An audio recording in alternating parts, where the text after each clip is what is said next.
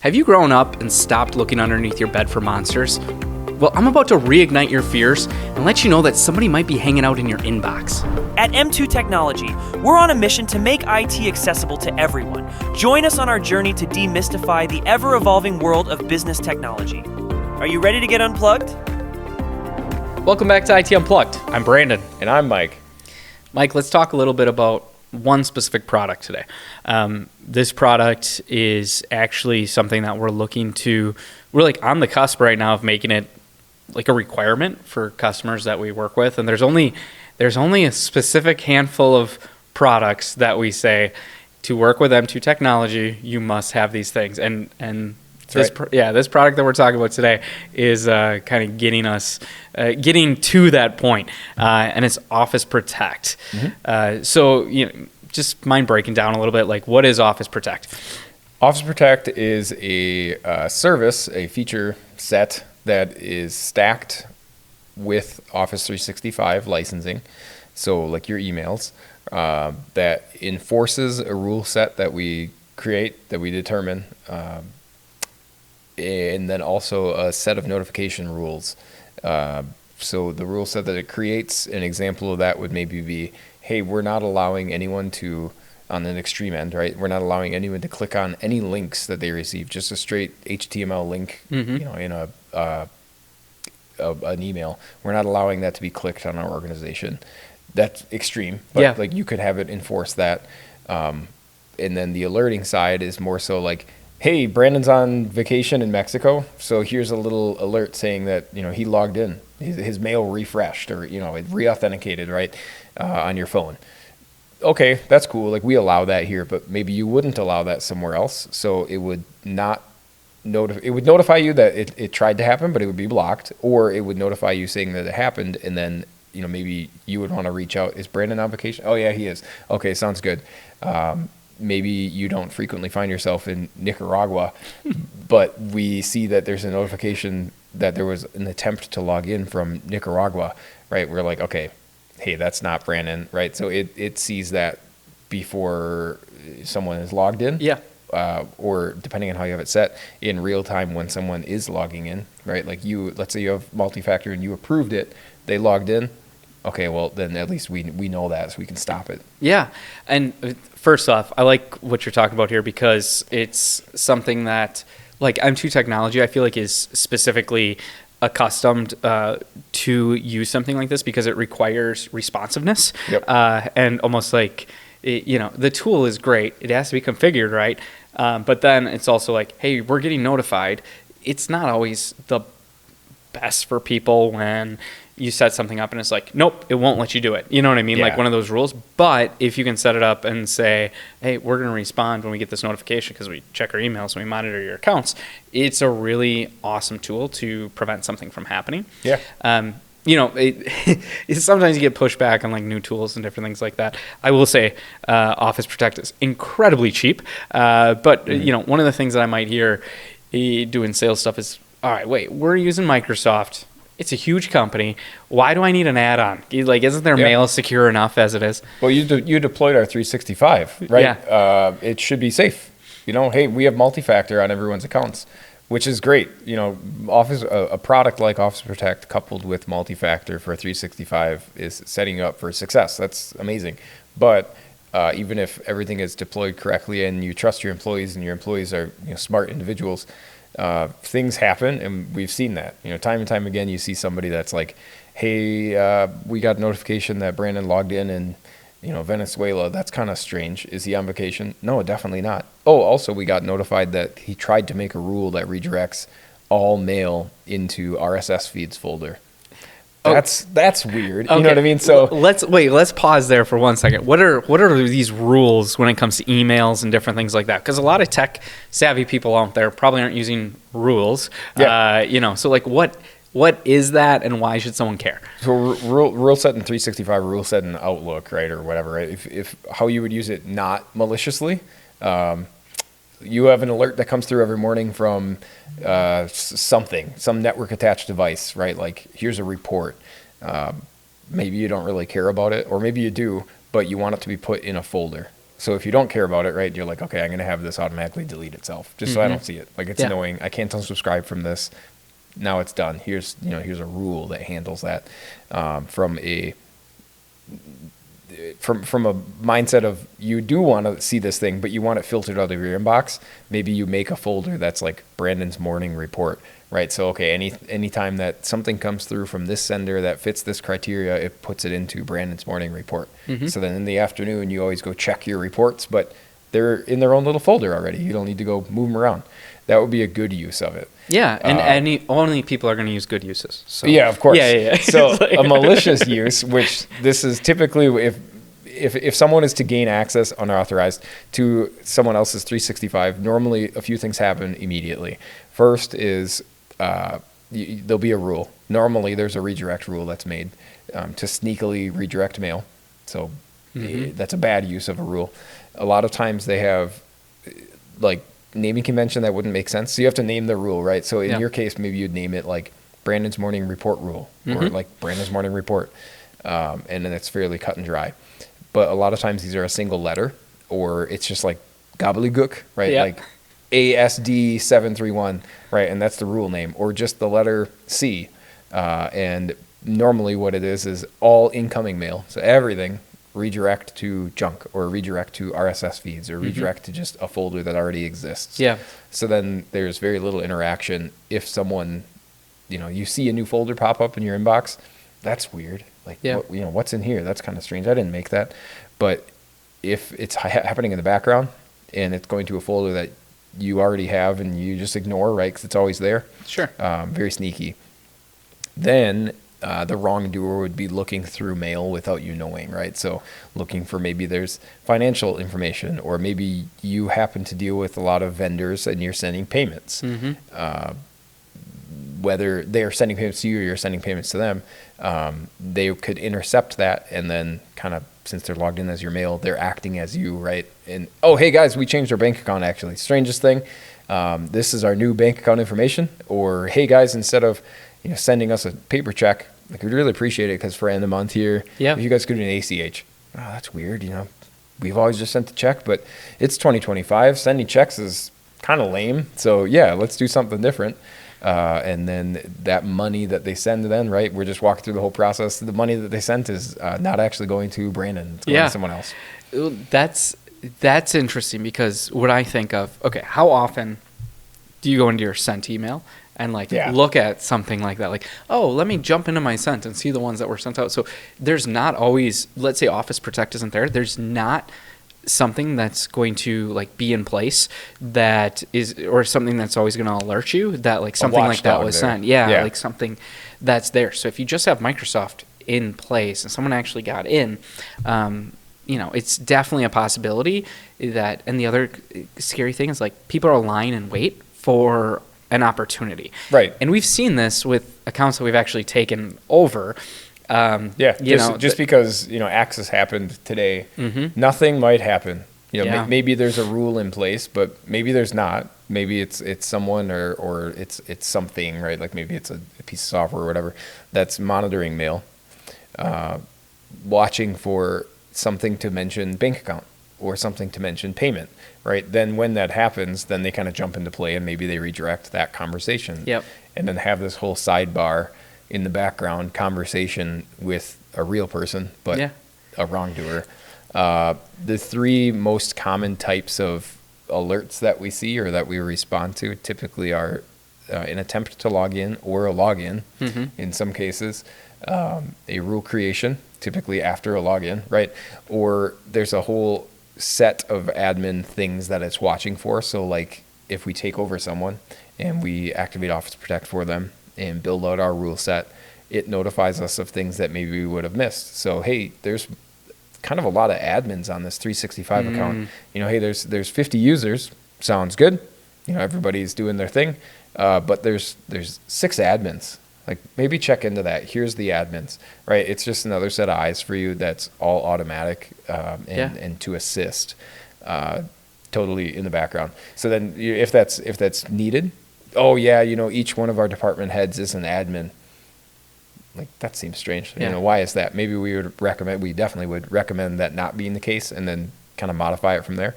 If that is justified for some reason, like, yeah, this person's on vacation a lot, but they like make changes when they're here. Mm-hmm.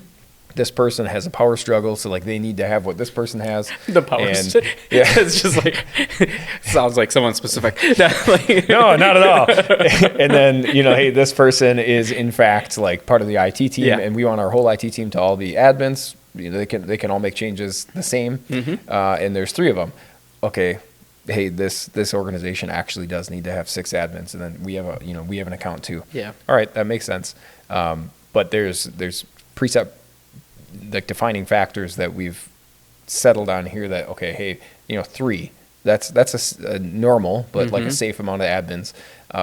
Having all admins have a backup way to access their account. So like an alternative email and multi-factor enabled and like a phone number and a multi-factor app. So if, one factor here, it falls through, an admin can still get in as an admin and do administrator things, because the worst case scenario is your admin gets breached, right? And sure. then you don't have another way of getting into that account. So it being an extra set of eyes on making sure that the accounts to administer the other accounts are built out correctly too. Yeah, that makes sense. One of the things that I found interesting is like the indicators that maybe someone is already in your emails or, mm-hmm. Having access. And one of the things, that I kind of heard was, I'm getting less emails. You know what I mean? That was one that was like, I feel like I haven't heard from this person in a while, or I'm getting less.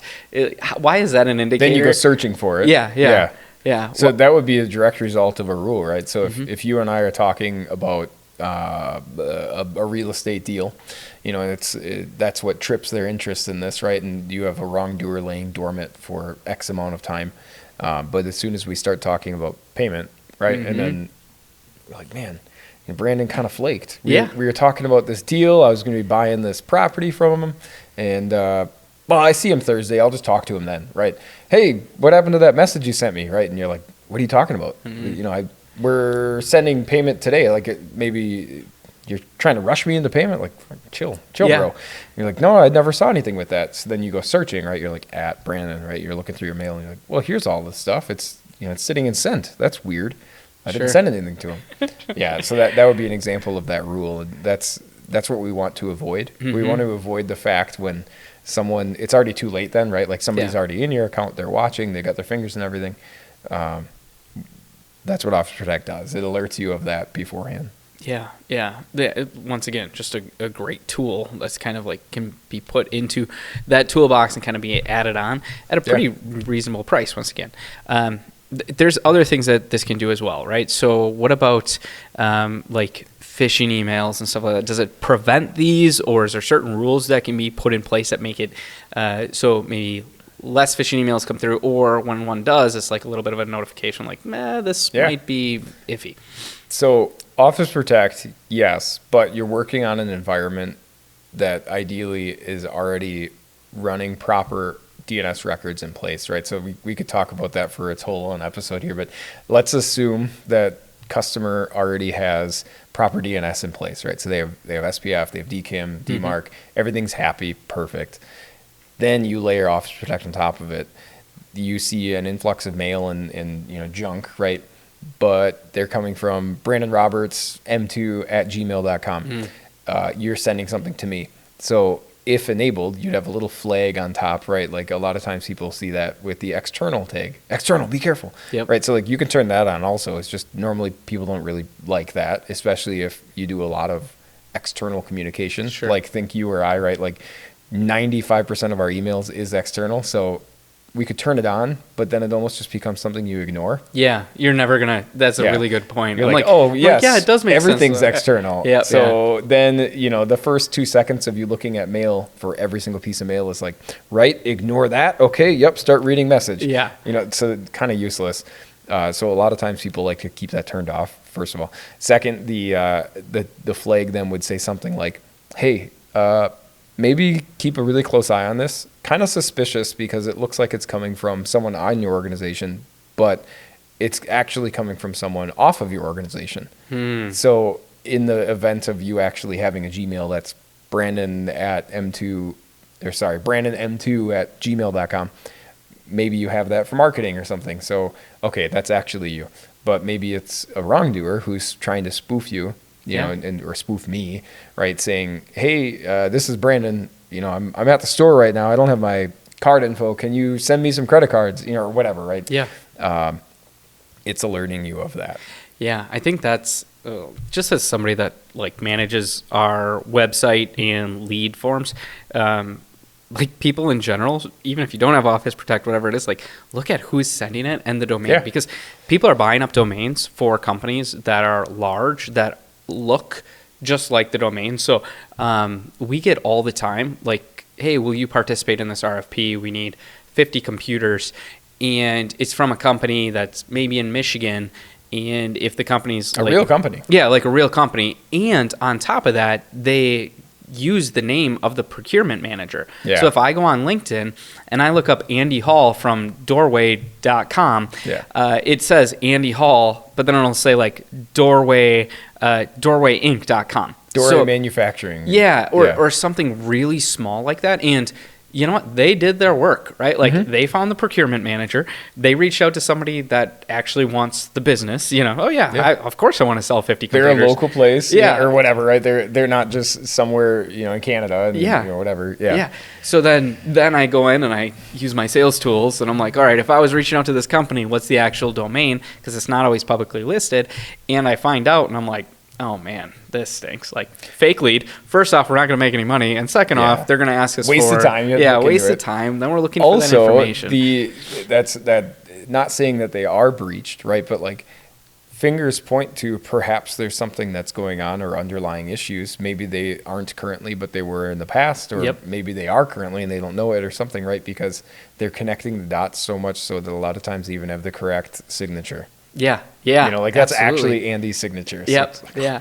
Well, we were working with somebody the other day that had their signature misspelled their name. Like it was misspelled compared to their other one. Real person, though. Yeah, a real person. And I'm just sitting there like, is this actually real? Is it real? And then I didn't want to actually call them out and be like, hey, just so you know, your signature is spelt wrong because, you know, they're like a partner of ours and I want to build this relationship.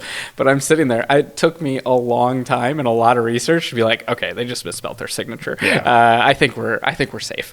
We don't have to worry too much. So, yeah. No, that's great. So when it comes to this, like what's the stack that this kind of falls under, right? So, hey, I want email security. Office Protect, I think, is one of the tools that we bring in there. But what are some of the other things that you're kind of going to stack on top of Office Protect to make sure that email security is done right? It is one of the number one ways that companies are getting breached right now is through email rather than. And it's a huge request too. You know, as we're talking with prospects or talking with existing clients, it's a hot topic. Whether it's hey, we want to make sure that we're secure. You know, existing client, right? We want to make sure that we're secure. On all faces here, or prospect, like, hey, we're not really sure what we have, or, you know, we get a lot of influx of spam mail. Like, you know, sometimes people click on stuff. Like, how can we help prevent that, or what can we do to better ourselves?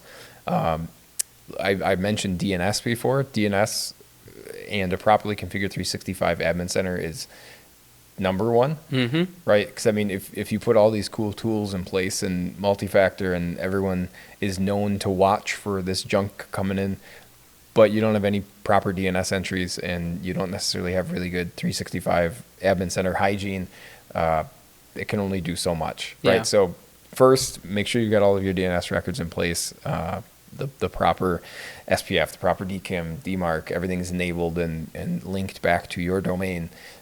Second, 365 admin center hygiene, right? So the amount of admins you have, or how the admins can access, who can be an admin, who can access different information, who has proper alerting set up, and you know, just like default inbound and outbound spam filtering that's built into 365 already. You know, make sure that that's actually properly configured and being monitored, and then you can stack multi-factor.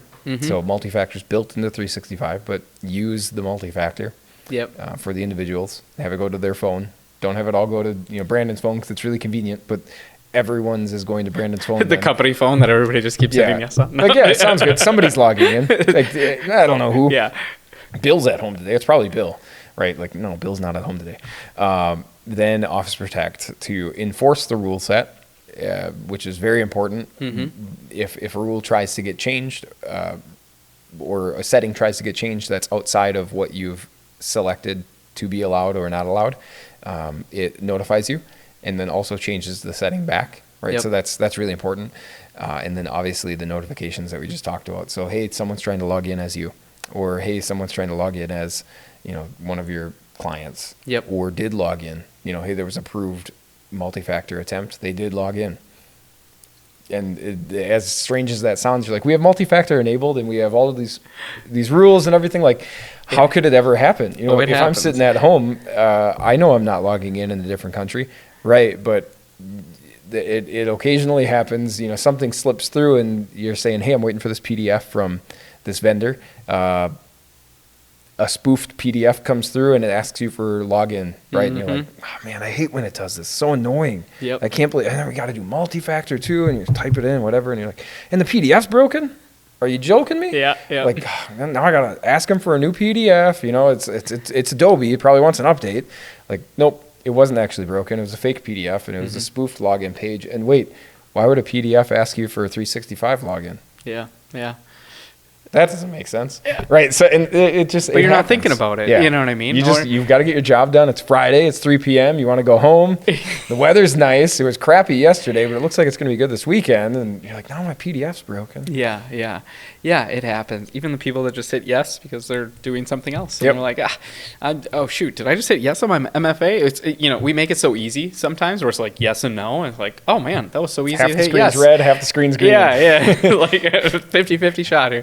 No, I think like email security is definitely something that we're at least seeing a desire from companies to tighten it up and tighten it up and tighten it up, rightfully so. And it's something that if you don't have these things in place, you're not going to get notified right away, and that's kind of the scary thing. It's like it's like the boogeyman in your closet. You know what I mean? You're like, are they there or are they not? Obviously, it's just. Obviously they are not. Obviously right? they're not, but they could be, and that's like kind of that thing there. I think with Office Protect and proper configuration, once again, proper configuration, not just having the tools, but using them correctly and monitoring. Then you're actually getting to the point where you're going, you know what, I feel pretty good about this, and I'm not going to lose any sleep at night based on my emails. To come full circle with your mention in the beginning too, right? Even if you have it all properly configured, everything's built out right. You watch it occasionally. There's the weak point, right? So if for some reason somebody does approve a multi-factor, somebody, wrongdoer, gets logged into that customer's account, right? So they're in their inbox now.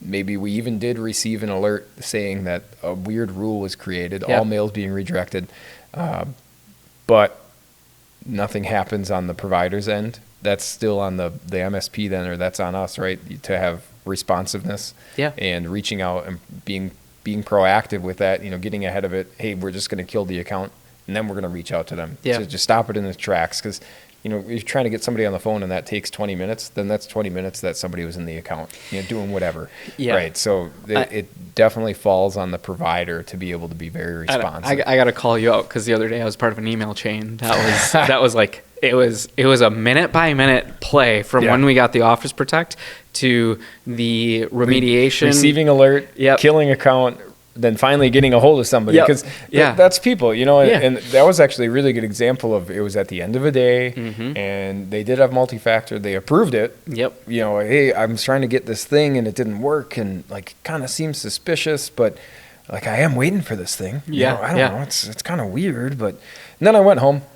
I'll figure it out tomorrow, right? So there was a from receiving alert to killing account was 3 minutes, and that's how it should be every time. We should catch it so that nothing happens. Yeah, absolutely. No, I love it. I think this is going to be part of our tech stack moving forward, that we're saying, hey, it's important that the people that we work with are secure, and it's not all the time that you run into a tool that you're like, you know what, this is one of those things that it's not a burden to the company to use. Very little impact to the user. Yeah, if any. Very little, if any, and very little monetary, like investment into there. Obviously, it's like, hey, we could build a zero trust network that does all this stuff like that, and it's going to cost you this. You know what I mean? And then you got to weigh that out. Like Office Protect, where you're going, hey, this is a couple bucks a month per seat, like, and it's going to save your butt when it comes to this stuff. Like, you got to have it on there. Policy enforcement and notification. Yeah. So absolutely. It's a great product. Yeah, absolutely. So with that being said, if you're looking for email security, if you're just curious about the product stacks that are out there and you're going, hey, was there a rule? What do we do next? Yeah, or is there a rule in my inbox? I'm not getting stuff. Make sure you reach out. We're here to help, and make sure that you also look on our website, any of the blog posts that might be on there, or our social channels. Reach out, ask questions, and thanks so much for watching. And we'll see you next time.